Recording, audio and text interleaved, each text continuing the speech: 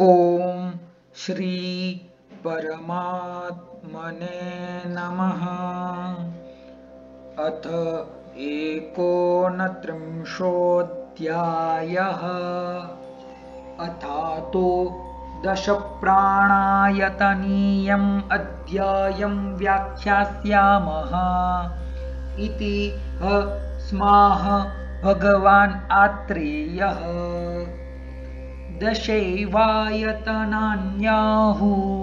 प्राणा येषु प्रतिष्ठिताः। शङ्खो मर्मत्रयं कण्ठो रक्तं शुक्रौजसी गुदं। तानीन्द्रियाणि विज्ञानं चेतना हेतुमामयान्। जानीते यः स वै विद्वान् प्राणाभीशर उच्यते।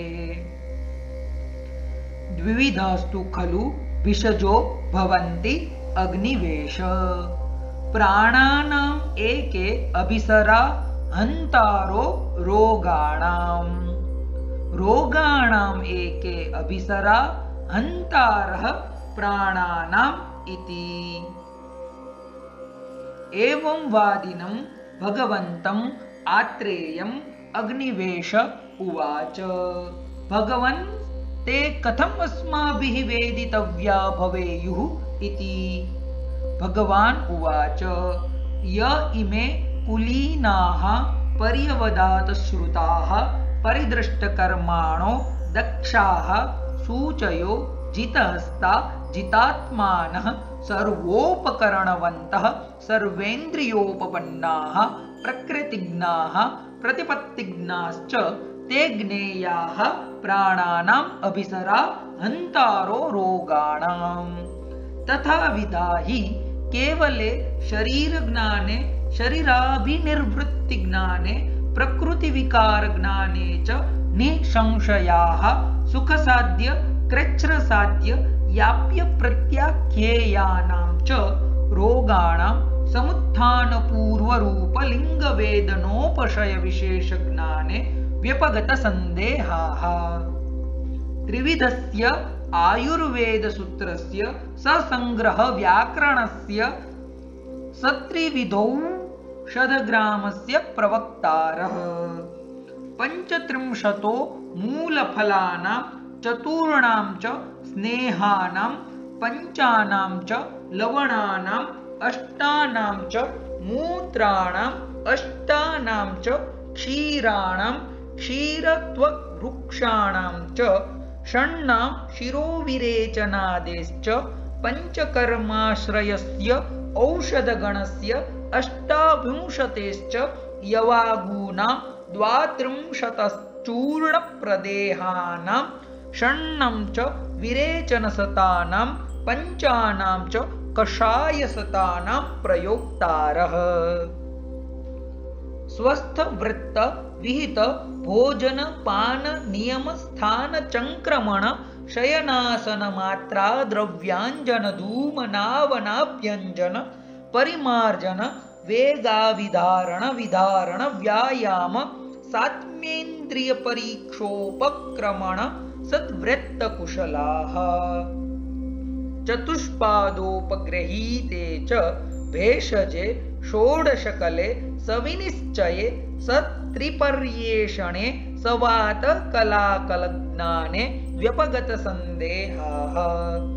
चतुर्विधस्य च स्नेहस्य चतुर्विंशति उपनयस्योपकल्पनीयस्य चतुष्षष्टिपर्यन्तस्य च व्यवस्थापयितारः। बहुविधविधानयुक्तानां च स्नेह्य स्वेद्य वम्य विरेच्य विविधौषधोपचाराणां च कुशलाः। शिरोरोगादेः दोषांश विकल्पजस्य च व्याधिसंग्रहस्य सक्षयपीडका विद्रधेः त्रयाणां च शोफानां बहुविधशोफानुबन्धानाम् अष्टचत्वारिंशतश्च रोगाधिकरणानां 40 उत्तरस्य च नानात्मजस्य व्याधिसतस्य तथा विगर्हिताति स्थूलाति कृशानां सहेतुलक्षणोपक्रमाणां स्वप्नस्य च हिताहितस्या स्वप्नातिस्वप्नस्य च सहेतूपक्रमस्य षण्णां च लङ्घनादीनाम् उपक्रमाणां सन्तर्पणापतर्पणजानां च रोगाणां स्वरूपप्रशमनानां शोणितजानां च व्याधीनां मदमूर्छाय संन्यासानां च सकारणरूपौषधोपचाराणां कुशलाः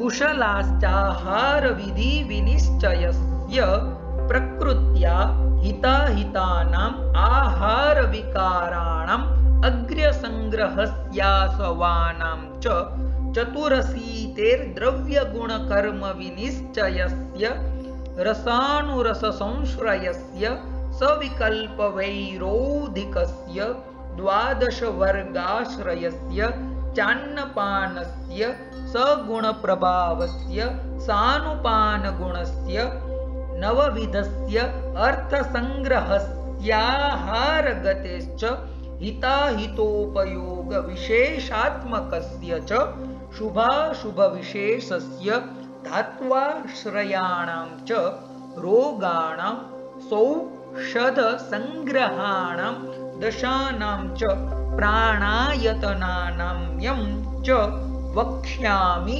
अर्थे दशमहामूलीये 30तमाध्याये तत्र च कृष्णस्य तन्त्रोद्देशलक्षणस्य तन्त्रस्य च ग्रहण धारण विज्ञान प्रयोग कर्म कार्य काल कर्तृकरण कुशलाः कुशलाश्च स्मृति मति शास्त्र युक्ति ज्ञानस्य आत्मनः शील गुणैः अभिसंवादनेन च संपादनेन सर्वप्राणिषु चेतसो मैत्रस्य माता पितृ भ्रातृ बन्धुवत् एवं युक्ता भवन्ति अग्निवेश प्राणानाम् अभिसरा हन्तारो रोगाणाम् इति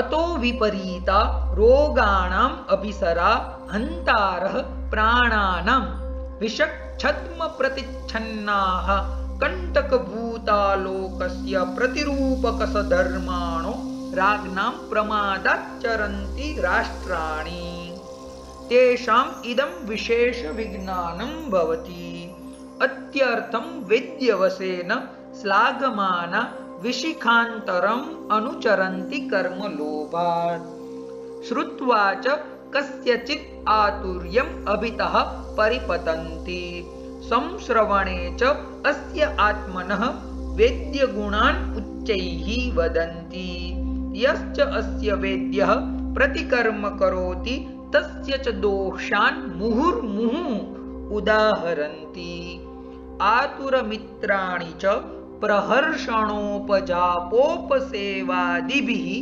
इच्छन्त्यात्मीकर्तुं स्वल्पेच्छुतां च आत्मनः ख्यापयन्ति कर्म च आसाद्य मुहुः मुहुः अवलोकयन्ति दाक्ष्येण अज्ञानम् आत्मनः प्रच्छादयितुं कामाः व्याधिं चापावर्तयितुम् अशक्नुवतः व्याधितम् एव अनुपकरणम् अपरिचारकम् अनात्मवन्तम् उपदिशन्ति अन्तगतं च एनम् अभिसमीक्ष्य अन्यम् आश्रयन्ति देशम् अपदेशम् आत्मनः कृत्वा प्राकृतजनसन्निपाते च आत्मनः कौशलम् अकुशलवत् वर्णयन्ति अधीरवच्च धैर्यम् अपवदन्ति धीराणाम् विद्वज्जनसन्निपातं च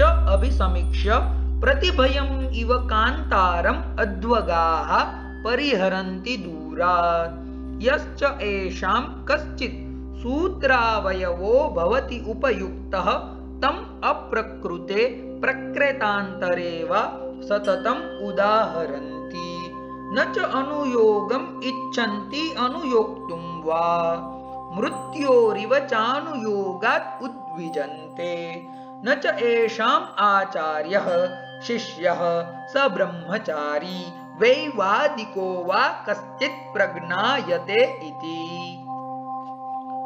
भवन्ति चात्र विषच्छद्म प्रविश्यैवं व्याधितांस्तर्कयन्ति ये वीतसम् इव संश्रित्य वने शाकुन्तिका द्विजान् श्रुतदृष्टक्रियाकाल मात्रा ज्ञान बहिष्कृताः वर्जनीया हि ते मृत्योश्चरन्त्यनुचरा भुवि वृत्तिहेतुर्भिषङ्मान पूर्णान् मूर्ख विशारदान् वर्जयेत् आतुरो विद्वान् सर्पास्ते पीतमारुताः